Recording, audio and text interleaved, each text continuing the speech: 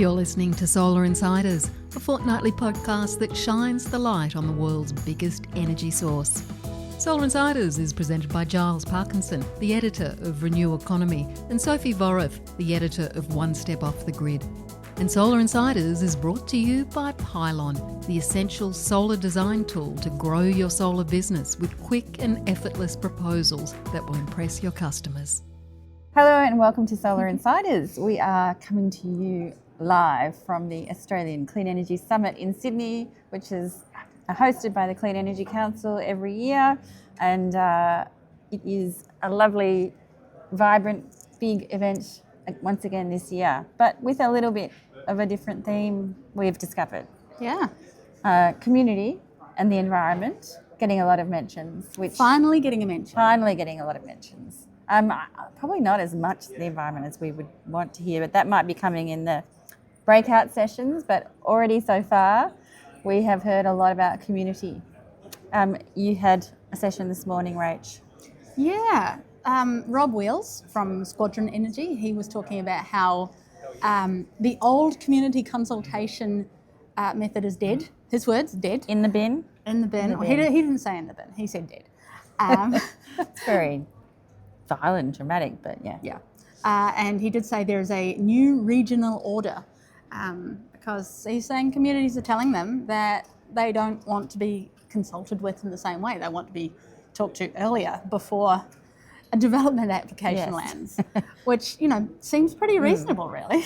Yeah, it seems like somewhere between Queensland and maybe Victoria, there might be a happy middle ground, but definitely the message does seem to be that back to the drawing board a bit, and probably a bit more policy levering where governments say, instead of you guys working, we'll tell you the right way to do it, and then you just do it that way, or you don't get your project.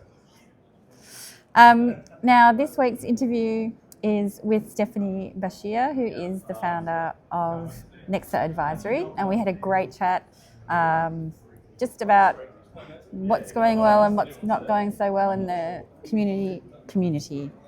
consumer energy transition. There's so many C words. So we'll listen to that interview now and be back with a bit more of the gossip and intrigue after that. Stephanie Bashir, welcome to Solar Insiders. Thank you, Sophie. Thank you for having me. It's wonderful to have you. Now, I will give a little bit of background here in that whenever I write a story on something to do with consumer energy, there is a voice on my shoulder that is Stephanie Bashir saying, "Have you considered this angle?" And it's a very, very welcome voice, and it's a very considered, informed, and experienced voice, and I very much appreciate it.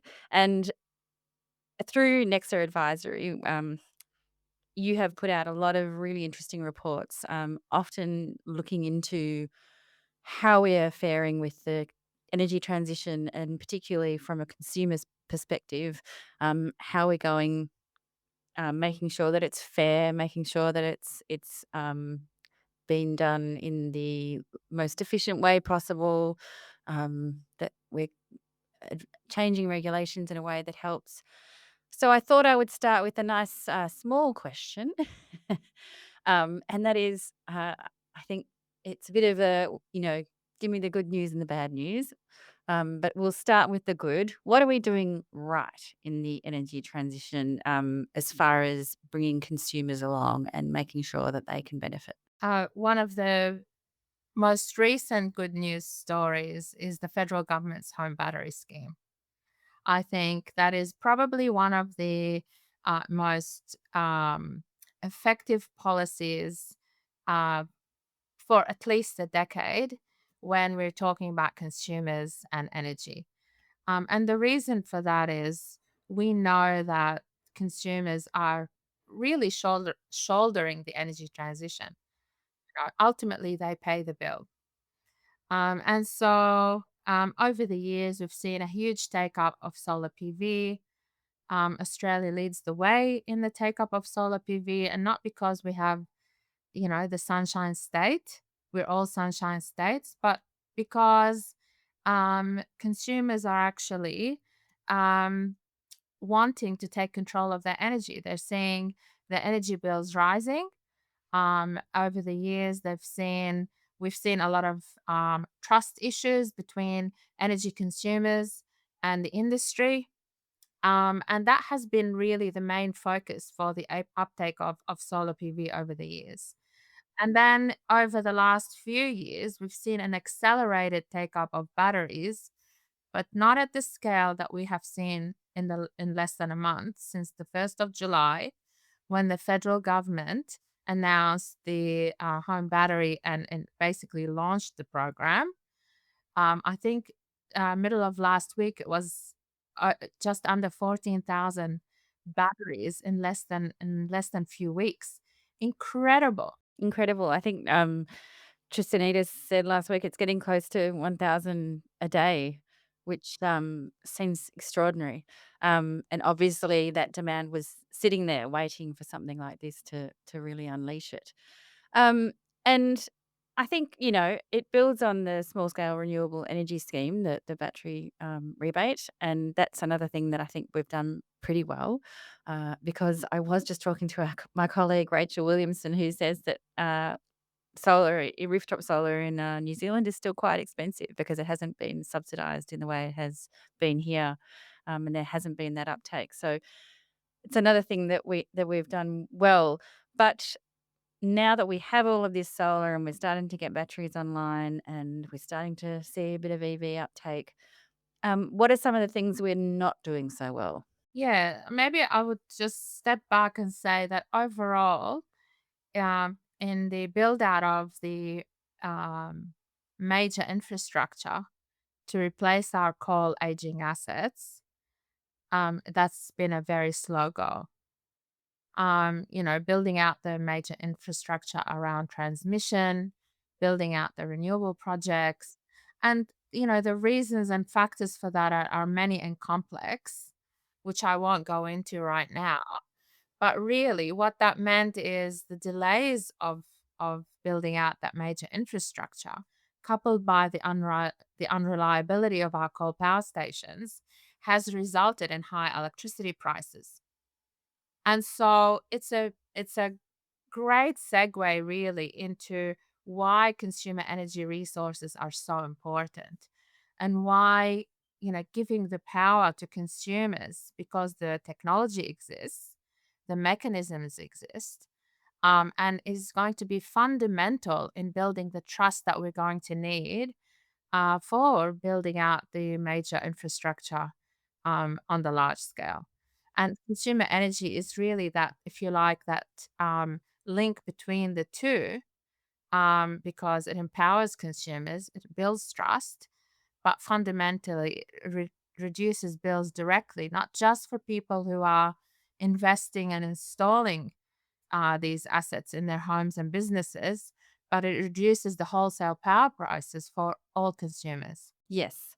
And on that subject, one of the submissions that you've put in more recently has been on the direct market offer, which has been a bit of a contentious subject on, consumer energy, because I guess trying to sell consumers on the renewable energy transition when we have higher prices can be tricky at points. And obviously, when people have solar and battery storage, that's going to make a big difference to their bill. But for the rest of the people, we're not seeing that yet.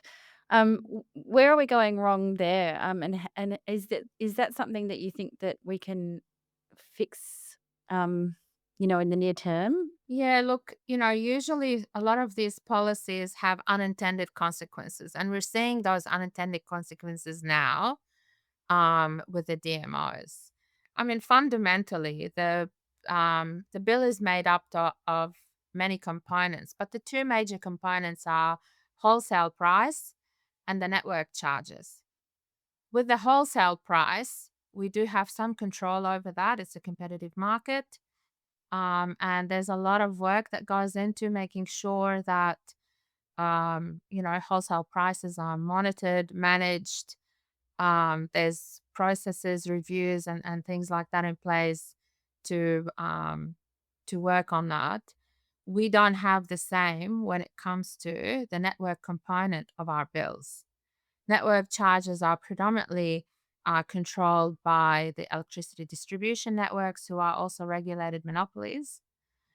And that component of our bill seems to continue to go up, even though now we have consumer energy, we have batteries that provide the value and potentially provide value into the network to reduce some of these costs and augmentations.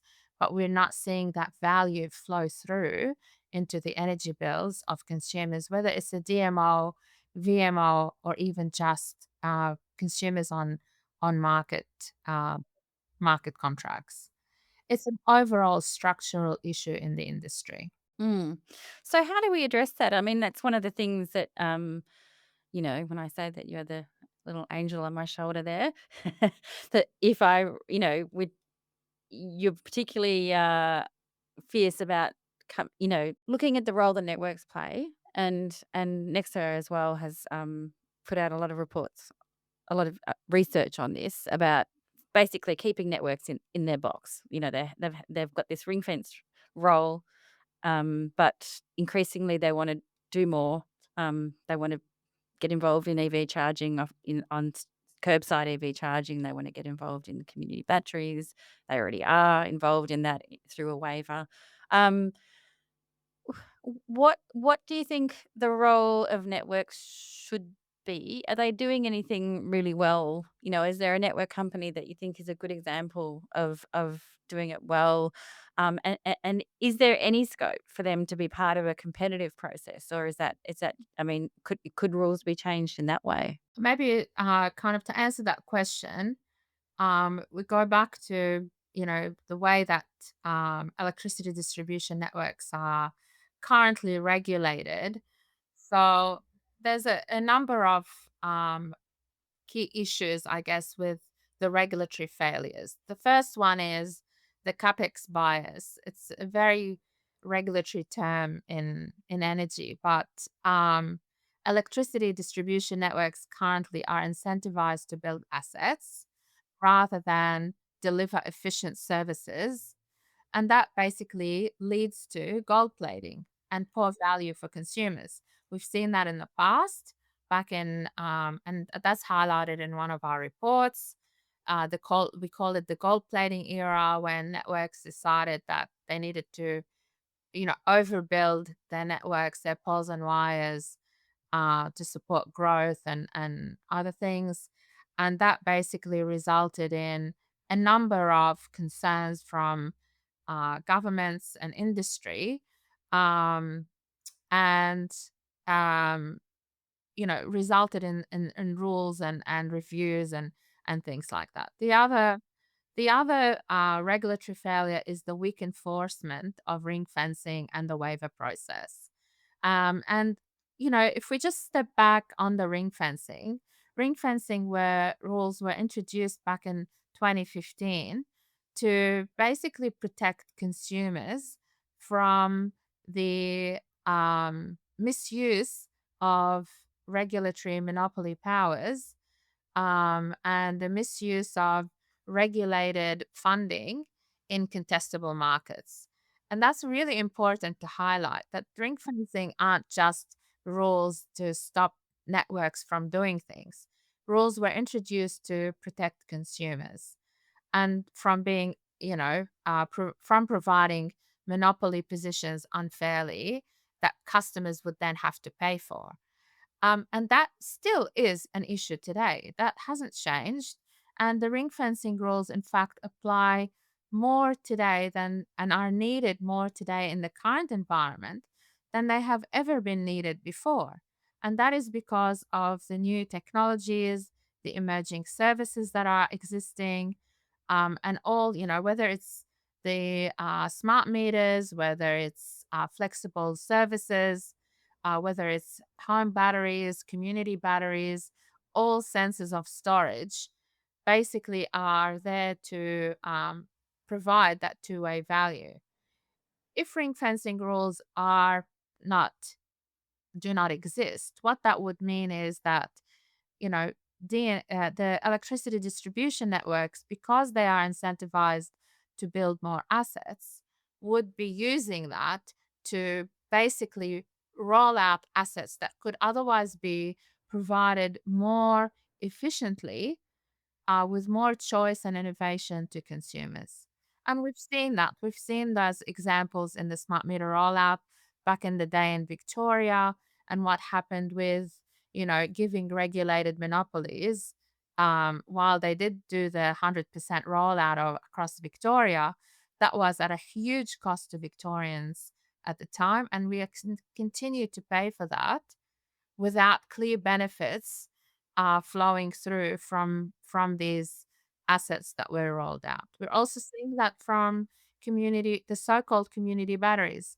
I think one of the things we need to stop calling those batteries is calling them community batteries, unless they are led by a community or are being rolled out by a private entity to deliver the value stack for communities and consumers.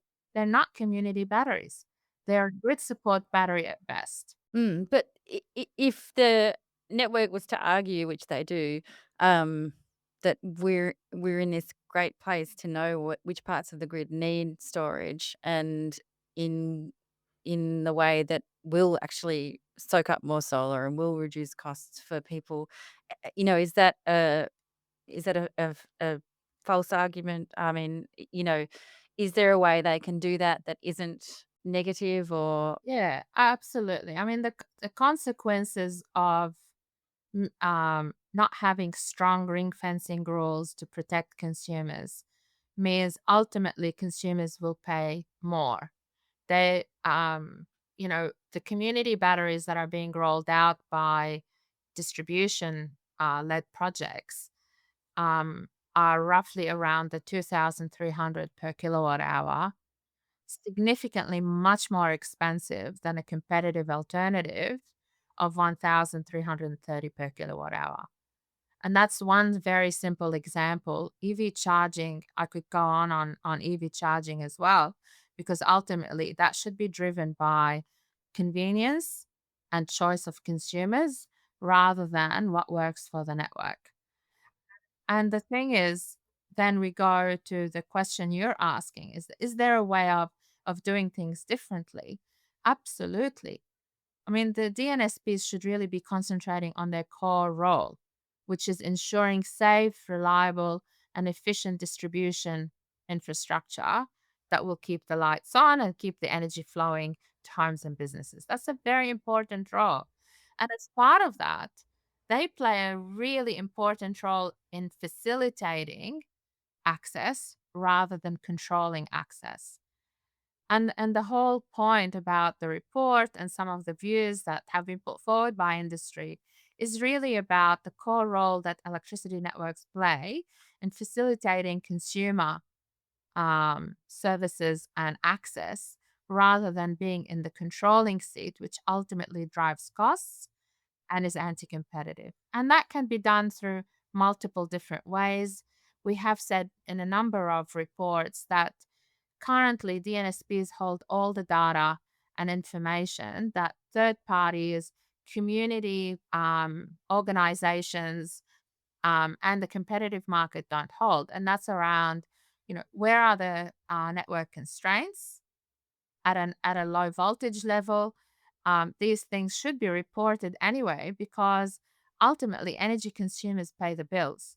That's public information that is not commercial at all and should be provided publicly. In the UK, when we were doing the analysis, the UK actually have introduced license obligations on distribution organizations over there. They've tightened the ring fencing. They've introduced um, licensing obligations to report on network capacity, where the constraints are, and how much is it going to cost in network solutions to fix those problems. And what that does, if you provide that publicly, networks can seek those solutions competitively from the market. Non network solutions is a massive benefit not only to the industry, but also to consumers and the regions in our country. And so do you see any network companies, in your opinion, who are starting to do this? I mean, I have certainly, and I can't think of which one it is now that is talking about making their data more available. And in South Australia, we've seen Sappin working with retailers to try and find much more inventive ways and more efficient ways, less punitive, let's put it that way, to consumers of managing large amounts of solar on the grid and of making sure that, you know, people don't have to pay an export tariff necessarily. Can you see any examples I of mean, on the spectrum, it's a very good question. On the spectrum, not all the networks are asking for, let's get rid of the ring fencing because we want to compete on EV charging. We want to compete on batteries. I mean, Osgrid, I'll isolate Osgrid for now and say they have a huge campaign going on that consumers in New South Wales are paying for, which is basically to overreach into competitive markets, whether that's into batteries or other things, including their most recent application for a sandboxing for a VPP. Now, why would a network want to do a VPP when that is absolutely a market offer and absolutely needs to be competitive with third parties? And then on the spectrum, then you've got like SAPN who are actually being more innovative, working with the competitive market to introduce services and other things. And then there's the in between. But more and more, if you set a precedent, and I think one of the key things where we failed is the ring fencing waiver that was provided for the community battery program. That set a huge precedent, and then from then on, it was a rolling, um, rolling application. And unfortunately, at the time, the AER made it very, very clear in the consultation around that ring fencing waiver that they don't see that letting DNSPs compete in batteries is a good thing for consumers. In fact, in their own words, they said that allowing DNSPs to play in the battery market is not in the interest of consumers. However, then they did go in and they provided that ring fencing waiver, and I call that regulatory capture. That is absolutely regulatory capture because these networks are quite, um, they are very big players and they have a lot of control over how things are set. And when we were doing the analysis on the waivers, we noticed that actually none of the waivers have ever been objected to by the AER. A consultation is done, even if there is a lot of industry players that say, this is not right. There's a lot of competitive players out there providing the service. They still go ahead and provide a um, the waiver to the DNSPs. And what's more concerning is there's no real reporting on how the value that the DNSPs are saying consumers will get out of that waiver process. How is that value being then flowing back to consumers on their bills? I think one of the arguments that they do use is that we can do it quickly, speed. You know, like with community batteries, there was this sort of, I think, sudden imperative to get a lot of storage, you know, batteries of all kinds at all levels out straight away. And I think this is one of the things that they have been arguing is that, oh, well, we can do it quickly. We've got the, you know, the capital, we know where to put them, we've got the expertise, you know, why not let us do that? And I definitely see what you're saying, and I think it's a similar argument that Osgrid's been making with the curbside charging for EVs is that, well, we've got all these power poles, we already service them, you know, why wouldn't we put them in there and then make it, you know, open it up for retailers to use? But in your view, this is that's not enough reason to, you know, change to make waivers or to, you know, have these sandbox things. Um, it's not. There's no benefit? If their main argument is speed, I challenge that because where are there was about 250 something community batteries that the federal government wanted rolled out. Where are they? What number are we at? I'm pretty sure we're not even at number 10. And if we are they being turned on? And are the assumed benefits of that program flowing to consumers? I recall the main benefits of that program was about increasing solar uptake in the various areas and reducing bills for consumers in those areas. Neither of those two objectives are transparent and public to demonstrate that this program is on track at speed, the speed that it was designed to provide, and providing the flow of benefits and the objectives that it was designed to provide. I mean, they're fantastic objectives, but where is the data to prove that that is actually happening? Because the bills are not reducing. And, I guess that is on the networks to show us that data and to convince us that that's what's happening. Because as you say, what we do continue to see is a growing proportion of the bill that is coming from network costs. Um, the other point though is that I have and I know that Anne Delaney's written about this on Switched On, is that getting a community battery up, a proper community battery, as you rightly point out, that is actually owned by a community and developed for all the right reasons, is really difficult. And it's proven really difficult. Like insurance apparently is quite a drama for them to get. And is there a way that it could be done collaboratively where networks can help but not make it part of their regulated asset base? Or is there a happy ground that we can sort of all work together? And this is where I was going with my point earlier about, networks do play a really critical role in facilitating, and they can facilitate. I mean, I am aware that the economic regulatory framework for the electricity networks is biased around capex. So ultimately, that's where they're going to go. But that's another thing where we have been calling for an independent review into that economic framework to look at that capex bias, because operational expenditure to maintain and support the network is just as important. And that operational expenditure could introduce also valuing for those non-network solutions, which currently doesn't exist.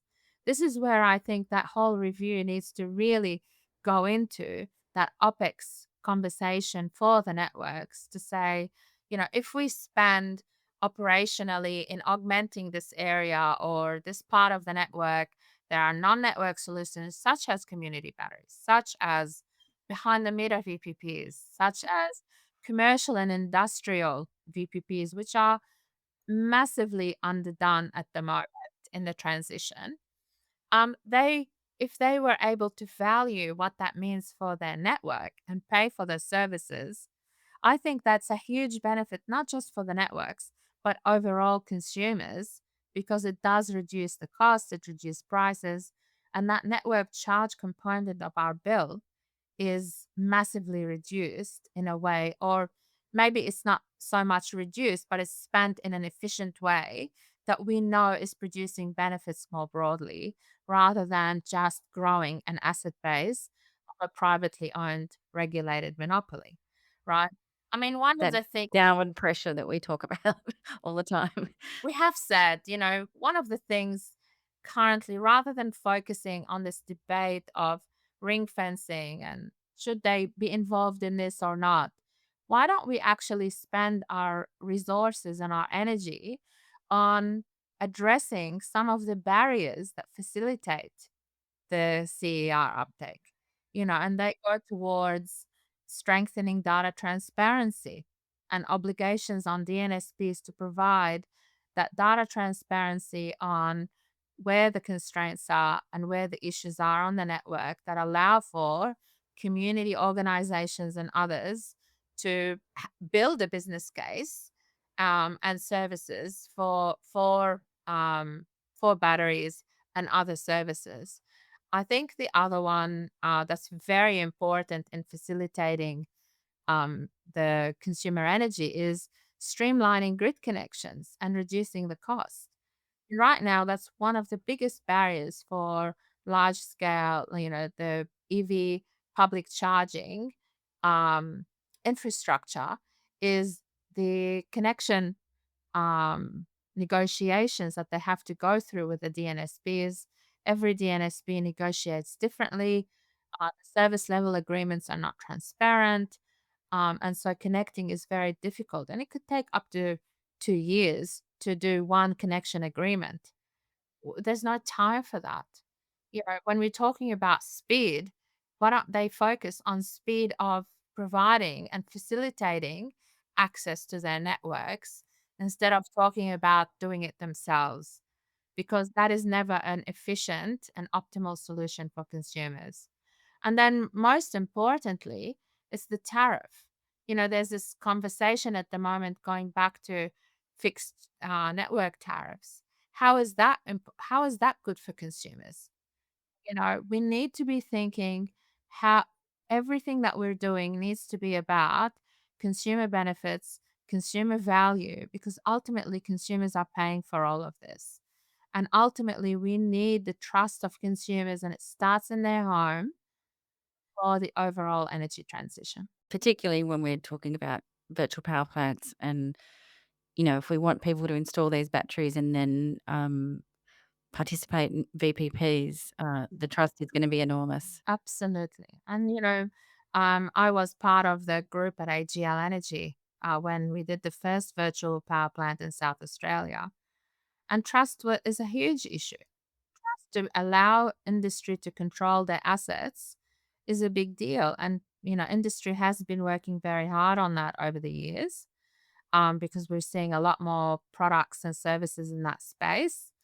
But, eroding that trust and saying, we're going to tell you where batteries should go and we're going to tell you when we're going to control your battery is really not very good. They're not, this is taking us, 3 steps back rather than moving us forward in the right direction. And the emergency backstop mechanism is a perfect example of that. It'd be really interesting to see how, the battery rebate goes in WA for that reason, I think, because it's compulsory to be part of a VPP. I think there'll be some very steep learning curves in that state. Yeah, and it might be, quite educational for the rest of the country. It's a good segue for me because you mentioned AGL and you worked there for, what is it, 7 years? 15 actually. 15 years, gosh, twice that and then some. But it's a very deep experience that you have in the industry, and I'd love to hear a bit more about your background and sort of what your passions are because it's you've to come from AGL and be in that at such an interesting time too, to have worked in that first VPP in South Australia, which is a really interesting one and one of the biggest in the world at the time. Yeah, it'd be great to hear a bit more about your background and what's inspired you to be such a fierce advocate for consumer energy. So, I guess I've been in energy now for over 20 years. I actually started in United Energy. So I've had my experience spans across a lot of the different value chains in our energy sector, and I'm very lucky that I got to do that. But even early on in my career, I was responsible at the time for the dial-up of smart meters. Back then, they weren't smart. They called them smart, but they had mobile phones attached to them. And there was probably only 1,500 large consumers with those mobile dial-up devices. And that's where I started my passion for, you know, emerging technologies, consumers, benefits for consumers. But it kind of evolved over the years in my career at AGL. I was very lucky that I was able to um, explore, when you're working for such a big organization, your career opens up to multiple facets, retail, wholesale, regulation. But I ended up in policy, and my biggest driver at AGL, and a lot of my ex-colleagues would know this, was driving the consumer-led energy transformation probably about 10 years ago now, when I developed that consumer energy transformation. Some of the things that we talk about now, protecting consumers with misuse of monopoly powers, whether it's, using international standards for technologies so that we don't pay more than we have to as consumers, because technology is evolving every day. It's at our fingertips. Things are so evolving so fast. Our regulatory frameworks and the way that we design frameworks are just not keeping up. And then basically ended up in the public policy space, and then left really AGL and started up Nexa with that focus on in mind, which is about accelerating the clean energy transition with people in mind and commercial intent. And the reason for that, it's about really driving home the benefits back into consumers, homes, and businesses, because ultimately that's where I see, if you like, the Venn diagram. Consumers end up paying for it, but they're also, the voters. They hold the key on.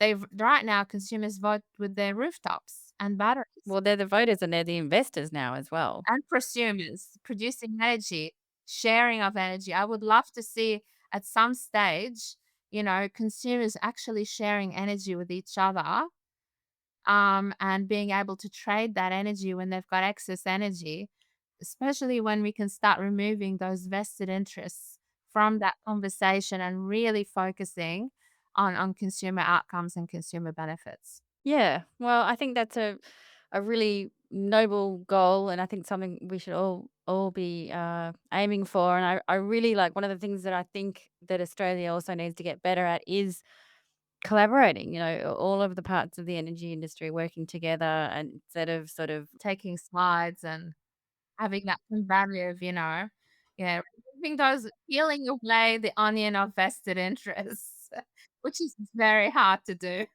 this is where your experience is so good, because you've kind of worked in all of the bits of the vertically integrated business. So yeah, it's really fantastic, and it's been fabulous to speak to you, Stephanie, and please keep holding everyone to account, me included. And yeah, keep fighting the good fight, and we'll definitely keep in touch with you. And there's so much more to be done and so much more to be said. So yeah, thank you so much for your time. Thank you, Sophie. Really appreciate it. That was Stephanie Bashir from Nexa Advisory, and it is good to hear that we are doing some things okay, and that there's a lot to learn from each segment of the energy industry, and probably some more clear boundaries that need to be put in place around certain parts of the industry. But it is such an important time for us to get moving on the consumer energy part of the equation, and it's something that also is getting a lot of attention today, because now that we have this great battery rebate in place, and such a lot of battery storage is going in on a daily basis, we really need to start making that work for us as well, and for consumers first and foremost. So get the incentives in there for people to join the VPPs, which at the moment just aren't there, not quite there. So very, very interesting. And what else have you heard today from the conference, Rach? So I wanted to touch back on what we were talking about, what Rob Wheels from Squadron Energy was talking about, because just after he said we need to talk to communities better, the new CEC chair, Ross Rolfe, brought up the new Queensland changes, which basically means requires renewable energy projects to go to communities and have everything sorted, All their ducks in a row before in a big they way. even lodge a development application. And he called it, and I quote, interesting. But he did point out that Australia is effectively rebuilding its energy system right now, and Queensland has kind of put that decision in the hands of councils who are not equipped to guide those huge decisions that need to go into it. No. And also don't really want to, I imagine, because, do they want to be making the decision on where a transmission line, an interstate transmission line goes? No, and they absolutely shouldn't be making that No, decision. but it's also not really fair. Yeah. Oh no, it's political dynamite, Yeah. and it's absolutely outside of their remit. Yeah. And we did see earlier yesterday we were discussing Wagga Wagga Council basically saying we're putting some new basically rules in place that we want the state to consider when it considers our area, because I think they're just feeling a bit powerless and a bit at sea over all of this. So yeah, really, really difficult. But I want to get back to some more of the consumer energy stuff. I'm really struggling to say that today. Should not have had that second coffee. I wanted to discuss last week's news that Bunnings jumped into the solar market, and whether we would go to Bunnings and get solar and a battery. You said you wouldn't, and I said I would totally do that. I would. I spent kind so of much time at Bunnings already. Nearly break out in a rash whenever I hear the word Bunnings, because it's not my favourite place. And I used to love the old school hardware stores, but Bunnings is like too much. See, Bunnings has a playground and sausages. True. So I'm vegetarian. So yeah, I don't know whether I would, but it does seem like it is a great sign for the industry. Yeah. It's a great, if Bunnings is getting into anything, that it's reached mass appeal. Mass appeal, yeah. But there was one question that I had, which was who would be installing them? Because I know IntelliHub is supposed to be doing the installations, but who are they getting to do it? And the installations can be, a real critical part of but it can also be, system. I mean it is, and to me one of the most important parts. I know that my mum's system, which is good and running fine, but they damaged her roof quite badly, and it now leaks in the rain, which in Melbourne is not great. But yeah, you need it to be good. Obviously, they all have to be accredited if you want to get the rebate and everything like that. So there's no concerns there, of course. But it's a very personal thing. For some people, I think they'd be happy to hand that off to someone else and say, you tell me who's going to install it, and if we've got this big name behind it, maybe that means something. I don't know. But I guess if you've got someone you can call when your roof has been broken, that Bunnings is go to the complaints counter with your receipt. Say aisle 37. Yeah. Well, So I think the Bunnings thing is really interesting because there are a few options, like a very small number of options out there where you can get a solar system and a battery installed, or just a solar system installed, and you basically sign up to the whole kit and caboodle. The whole kit and caboodle with a subscription or into a VPP or something like that. Yeah. And the one that I was looking at the other day had a lot of parameters around, what you could get, who you could get, and how it would operate, which was fine if you don't have anything. But yeah, I think it's a very interesting move. Yeah, I think it's also quite limited in the technology on offer. I think there's one kind of panels and the Sig Energy, which is a very popular brand. But I think it's not going to be for everyone, but perhaps it will help get that extra mile out, and also raise more awareness about the rebate. Is if I feel like everyone must know about that, but probably not. And probably has not gone into everyone's orbit. As we talk about so often, I think rooftop solar uptake in Victoria is like 25%. I think that was the last number I saw. I can't even think. It's but pretty low. It's low, but in certain suburbs it's much higher than that. Like in all the Tarneet and all around there, huge uptake. And that's all in the outer, what's that, outer west? Yeah, southwest. Yeah. But Yeah, I think Victoria's had a really successful, the solar homes rebate's been really successful. But yeah, I think probably we've hit a bit of a point where it needs a bit of a boost. Yeah. Yeah, but still, and we'll close on this, still not that cheap, even with the rebate. And that's something that you have discovered, isn't it? Yeah, so I did look into the battery, and I talked to my solar guy, and he was like, I can do it for this price. And I was like, that is still very expensive. Yeah. I think I'm going to spend that money on making my house warm. And I love that than- choice for you. I Yeah. love that choice for We'll everyone. plug up all of the gaps, we'll put insulation Yeah. everywhere, and then hopefully by the time we're ready for battery, the batteries are so cheap anyway. This is a really important point. We had an article, Mal and Pets, talking about how important it is that, we're all talking about electrification, we're talking about batteries and solar, and everyone's obsessed with electrifying, which is really important, but efficiency, super, super important. And if you get all the bells and whistles and have a home that leaks like a sieve, yeah, not great. So I love that you're going with insulation, and you can be the insulation warrior. And tell us how you went when you do it. Well, no, my dad is the insulation warrior. Oh. I've just handed over control. Oh, that's handy. I have handed over complete control. Yeah. Just said, you do it.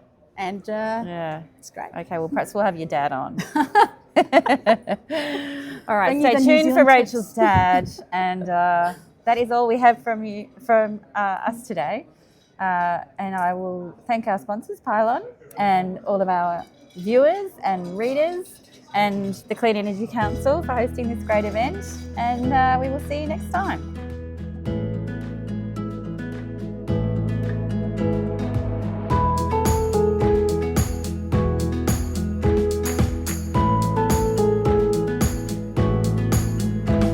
Solar Insiders was brought to you by Pylon.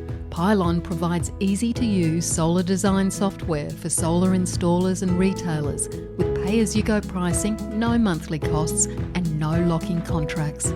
Join Australia's top solar companies who trust Pylon to design high-resolution, CEC-ready solar proposals.